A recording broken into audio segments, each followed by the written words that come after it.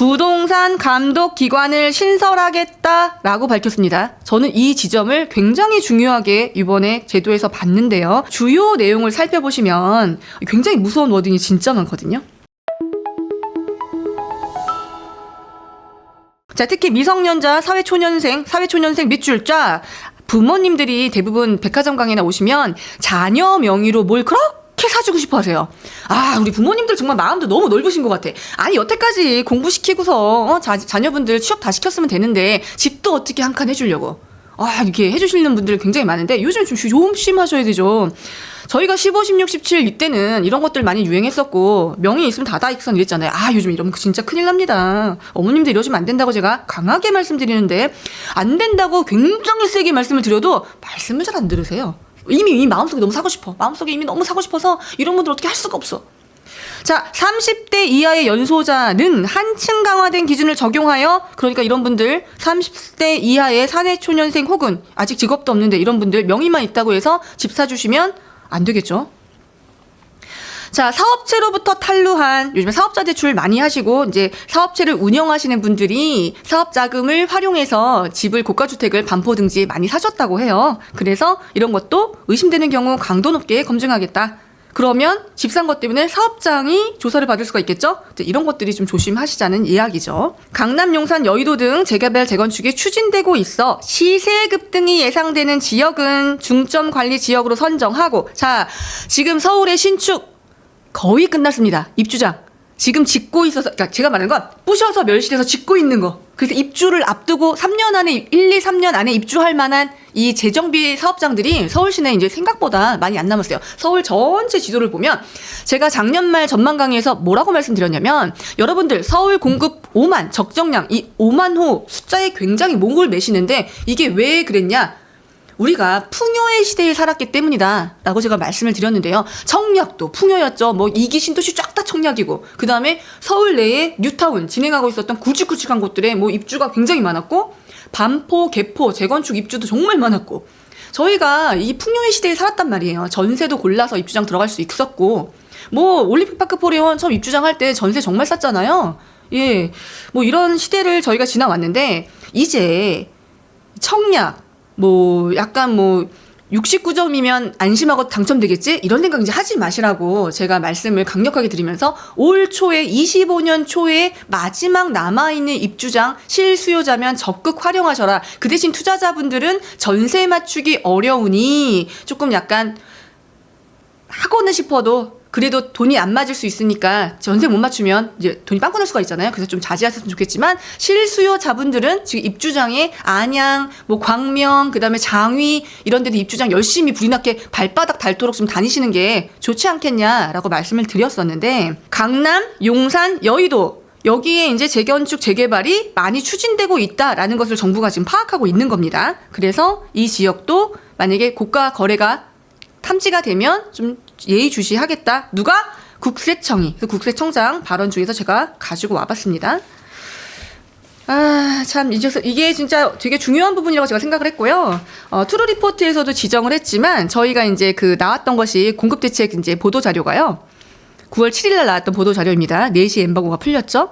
30년까지 서울 수도권 135만 호 착공이라는 이 문건의 두 번째 장 2페이지를 보시면 모든 워딩이 사실 밝혔습니다, 강조했습니다, 논의했습니다 라고 경어체로 되어 있는데요. 딱 두 문장만 힘쓰겠다고 강조했다 라고 하는 부분이 두 부분이 있거든요. 아, 역시 투루카피님 진짜 예리하신 것 같아요. 저희가 매주 일요일 저녁에 그 주간 회의를 같이 하는데요. 제가 이제 시세 조사할 때 지금 도움을 드리고 있고, 저도 이제 팔로우를 해야 되기 때문에 저희가 이제 그 과정을 계속해서 저희가 이제 하루에 그 일주일에 2시간 정도 그 주간 회의를 하고 있는데요. 거기서 이걸 딱 얘기를 하시는 거예요. 그래서 야, 진짜 역시 트루카피님은 남들보다 이 하나 위에 계시는구나, 천상계에 계시는구나 라는 걸 제가 이 부분에서 느꼈어요.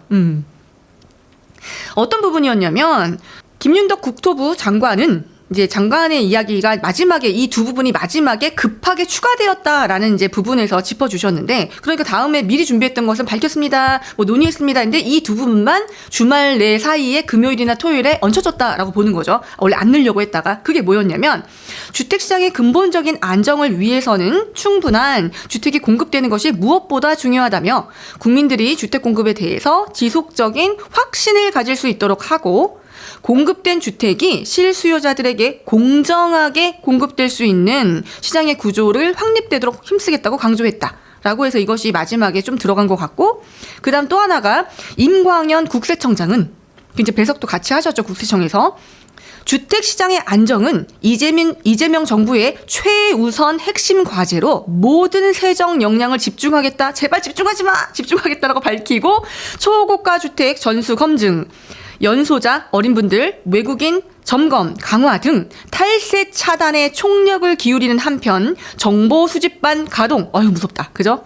적시 세무조사로 골든타임을 놓치지 않도록 신속하게 대응하겠다. 신고가 뜨면 조사하겠다. 고가주택 등록되면 보고 어려우면 조사하겠다. 그렇죠. 이런 것도 두 부분 한번 살펴보시면 좋을 것 같습니다. 그래서 국세청 발언을 조금 주의 있게 보면 좋겠다. 라고 제가 말씀을 드렸고요.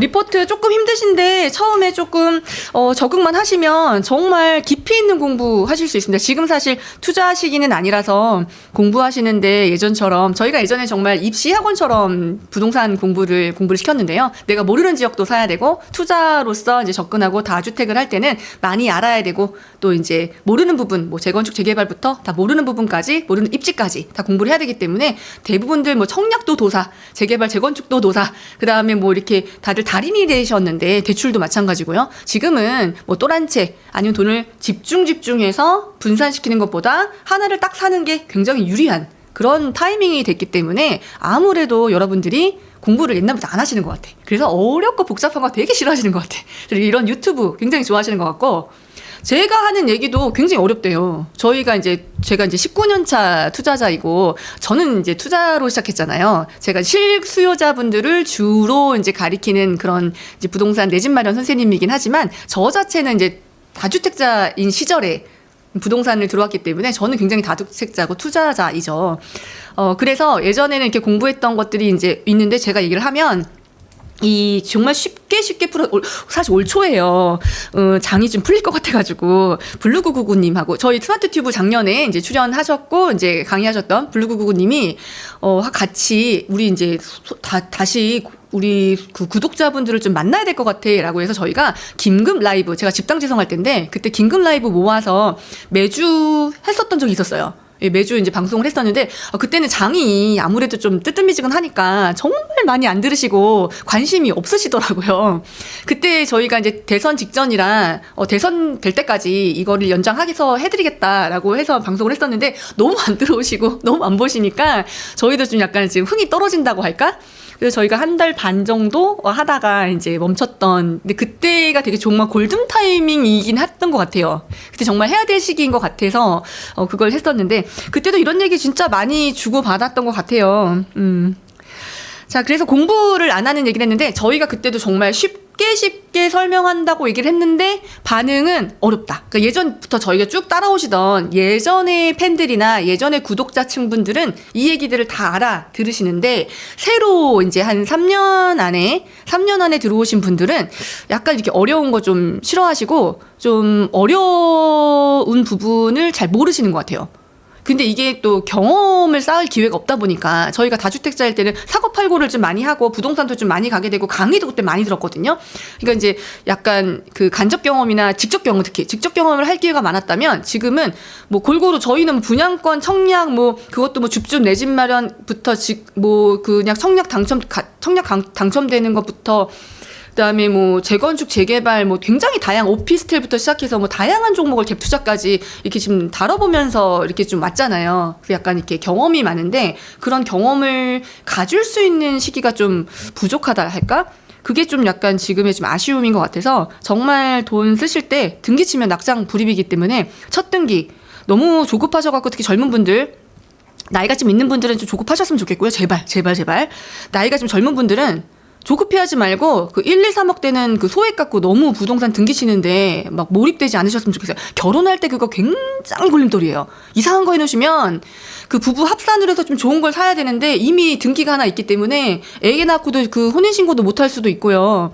이게 여러 가지 등등등 굉장히 불합리해요. 한번 살 땐 쉬운데 팔 때 너무 힘들기 때문에 그 팔 때도 쉬운 집을 사야 되는데 그게 좀 비싸잖아요. 그래서 좀 다른 투자 먼저 하시고 오는 것도 방법이고 아니면 좀 공부를 하고 좀 하는 것도 좀 좋으실 것 같고. 그래서 저희가 이게 수요 억제책이라고 했잖아요. 그래서 제일 조심하셔야 되는 게 이렇게 강도 높은 세무조사 받으실 수 있기 때문에 집 문제 없으신 분들은 이런 분위기 속에서 조정 받으실 수 있다면 지금 사시면 좋겠고, 지금 벌써 바닥 물건들이 없어지고 있기 때문에 구매 이제 하시면 될 것 같은데, 제가 말씀드린 아까 같은 그런 케이스 때문에 이게 자금 출처가 혹은 증빙이 가능하더라도 증빙하는 과정에서 굉장히 많이 피곤하고 힘들겠다라고 느껴지실 경우에는 조금 참으시는 것도 방법이겠다. 매를 알면서 맞는 건 좀 억울하잖아요. 그죠? 네, 그 다음에 또 중요한 거, 두 번째 중요한 거죠. 첫 번째 중요한 거, 세무당국이 개입을 했다. 두 번째 중요합니다. 부동산 감독 기관을 신설하겠다라고 밝혔습니다. 저는 이 지점을 굉장히 중요하게 이번에 제도에서 봤는데요. 말로만 나왔던 부동산 거래 감독이 설치를 하겠답니다. 그게 보면 21년 4월 9일에 발의됐던 의안번호 9396번 법안입니다.